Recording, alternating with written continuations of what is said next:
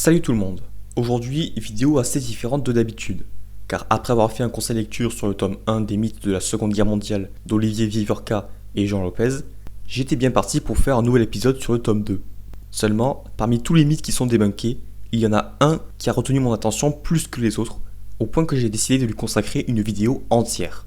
Donc aujourd'hui, je vais vous expliquer pourquoi la bataille de Stalingrad n'est pas un tournant de la Seconde Guerre mondiale.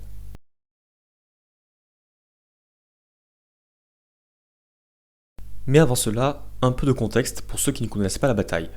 Le 22 juin 1941, l'Allemagne nazie envahit l'Union soviétique. Les forces se divisent alors en trois axes. Le premier, au nord, avec pour objectif Leningrad. Le deuxième, vers Moscou, la capitale. Et le dernier se dirige au sud, vers l'Ukraine. Cette division des forces est une des causes de l'échec allemand d'atteindre Moscou avant l'hiver. Les pluies automnales ralentissent l'avancée, permettant aux soviétiques de préparer leur défense. Finalement, la bataille de Moscou, livrée entre octobre 1941 et janvier 1942, est remportée par les soviétiques, stoppant temporairement l'avancée allemande. Cependant, la victoire n'est pas garantie pour autant. L'Allemagne peut relancer l'offensive d'ici quelques mois, et c'est bien ce qu'elle compte faire. En juin 1942, Hitler décide de lancer une offensive sur l'axe sud pour pouvoir s'emparer du pétrole caucasien et couper la voie du ravitaillement américain. L'offensive se concentre sur deux axes, un au nord et un au sud. Sur l'axe nord se trouve la ville de Stalingrad, disposant de nombreux chemins de fer et de lignes de communication. S'en emparer permettrait de couper une partie des communications soviétiques et d'occuper un grand nombre de soldats pendant que l'axe sud progresse vers le Caucase. Le 23 août 1942, les Allemands atteignent Stalingrad par le nord, et ainsi commence la première phase de la bataille. Les Allemands investissent la ville, et fin septembre, 90% est sous contrôle allemand. Les objectifs militaires sont remplis, mais Hitler persiste à vouloir prendre toute la ville pour le symbole qu'elle représente. Pendant ce temps, les soviétiques préparent leur contre-offensive de l'autre côté du fleuve Volga. Puis, en novembre 1942, 1 million de soldats soviétiques franchissent le fleuve, brisent l'encerclement allemand et piègent leurs soldats à l'intérieur de la ville. La deuxième phase de la bataille commence alors. Les Allemands assiégés tentent de défendre leur position, mais à cause d'un manque de ravitaillement, ils perdent du terrain et capitulent le 2 février 1943. Au total, environ 480 000 soldats soviétiques et 265 000 soldats allemands sont morts. En ajoutant les morts des alliés de l'Allemagne et les morts civiles, on estime qu'il y eut en tout 1 million de morts, et presque autant de blessés. Ce qui fait de la bataille de Stalingrad la plus meurtrière de la Seconde Guerre mondiale. Mais c'est surtout une grande victoire soviétique.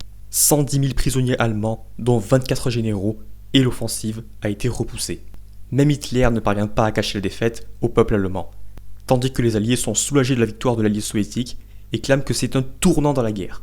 La victoire est désormais assurée, alors qu'en fait... Non.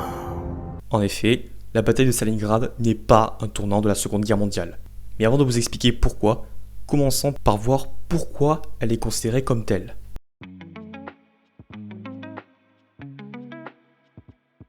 On l'a tous appris en cours d'histoire au lycée ou dans le documentaire.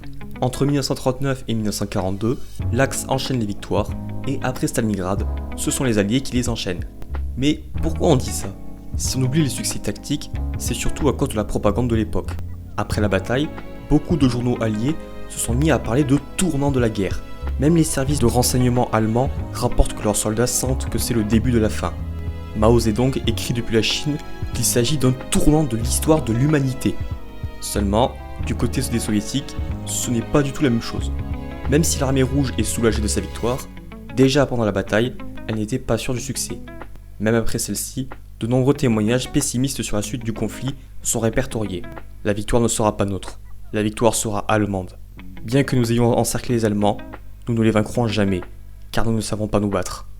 Du point de vue des journalistes et du Kremlin, on évoque surtout le nombre important de victimes et la durée et de l'intensité des combats. Mais à aucun moment, elle est considérée comme une bataille décisive. C'est après la mort de Staline, lorsque Nikita Khrouchtchev arrive au pouvoir en 1953, que cette idée commence à apparaître avec la construction de mémoriaux. Les soviétiques préfèrent parler de courbe descendante pour les Allemands, qui a duré 2 ou 3 ans. Tout cela, c'est pour l'aspect psychologique et idéologique. Mais au niveau stratégique, qu'en est-il ?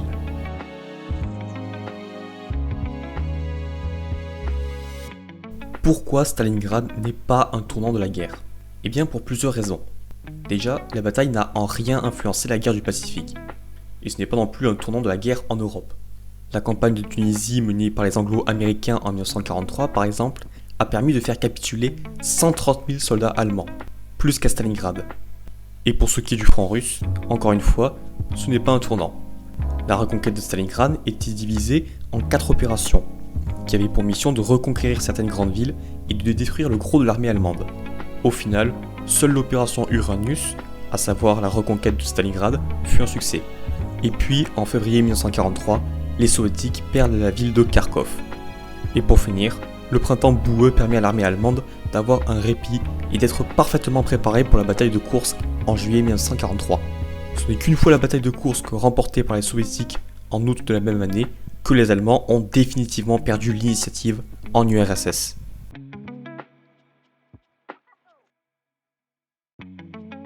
Depuis tout à l'heure, on parle de bataille décisive, mais je n'ai pas pris le temps de définir ce terme.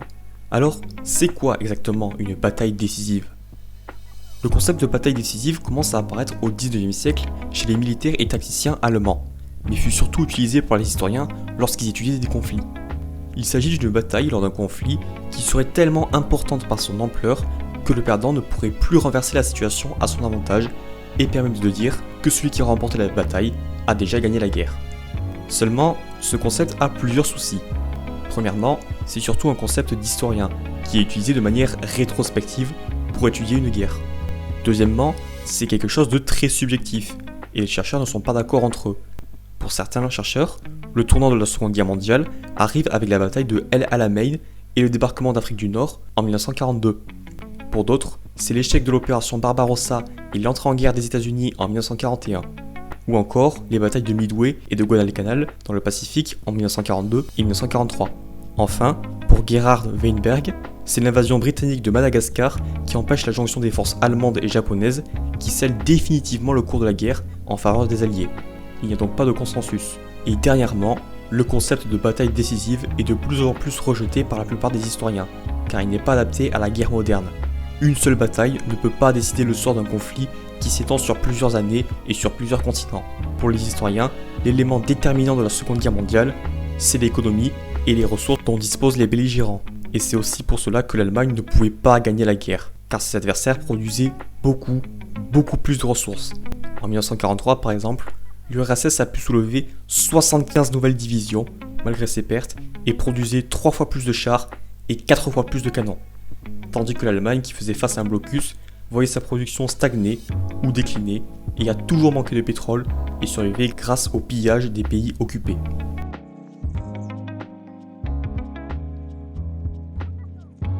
Alors au final, est-ce que Stalingrad est une bataille sans importance ? Pas du tout, mais son impact a été surestimé. Il est plus psychologique et diplomatique que militaire, puisque c'est après la défaite de Stalingrad que les alliés de l'Allemagne ont commencé à se tourner vers les alliés.